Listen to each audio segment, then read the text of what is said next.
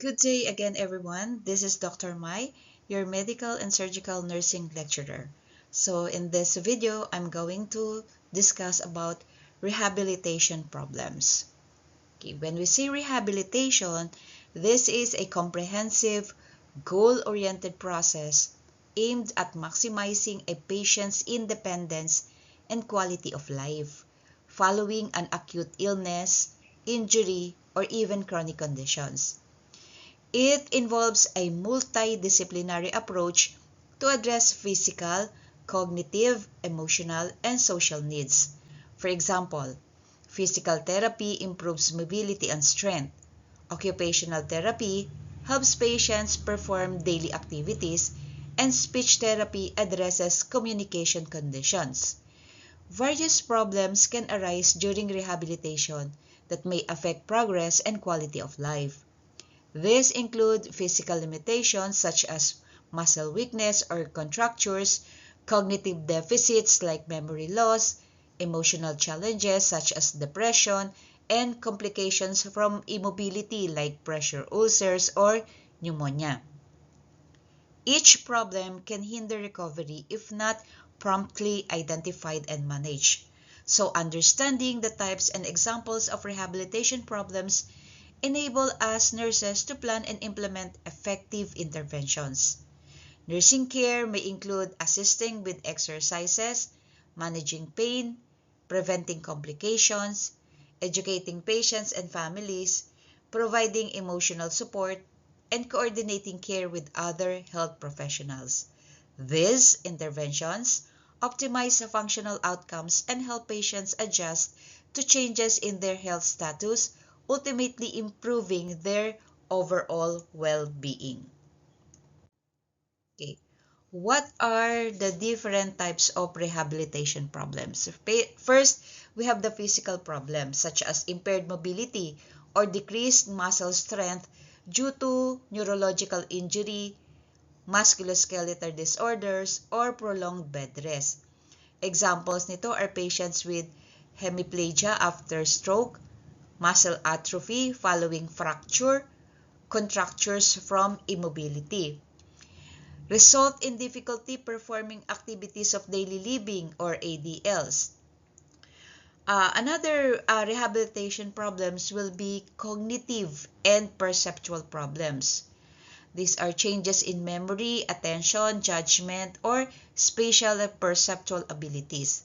Examples nito are cognitive deficits after traumatic brain injury or stroke or neglect syndrome. This affects safety and ability to manage self-care. The third is emotional and psychological problems, such as depression, anxiety, frustration, or reduced motivation after chronic illness or injury. These are common in patients with disability or long-term health changes.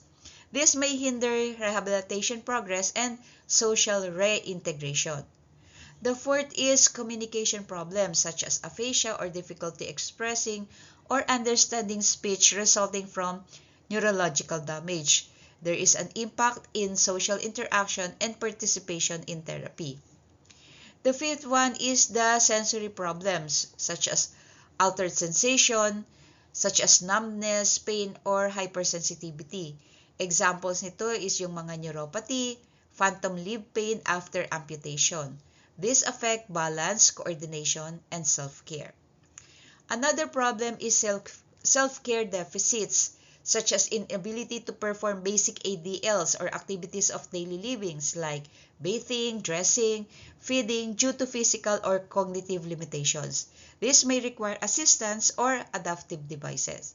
So complications related to immobility examples will be pressure ulcers, deep vein thrombosis, pneumonia due to prolonged inactivity. So all these require preventive care and early detection. Okay. Examples of rehabilitation problems in clinical practice is for a patient with a stroke experiencing hemipharesis or weakness on one side and aphasia requires physical therapy and speech therapy. An elderly patient post-hip fracture or elderly patient post-hip fracture with decreased mobility and risk for pressure ulcers need pain management and skin care. A patient with spinal cord injury suffering from sensory loss, impaired bladder control, and psychological adjustment issues.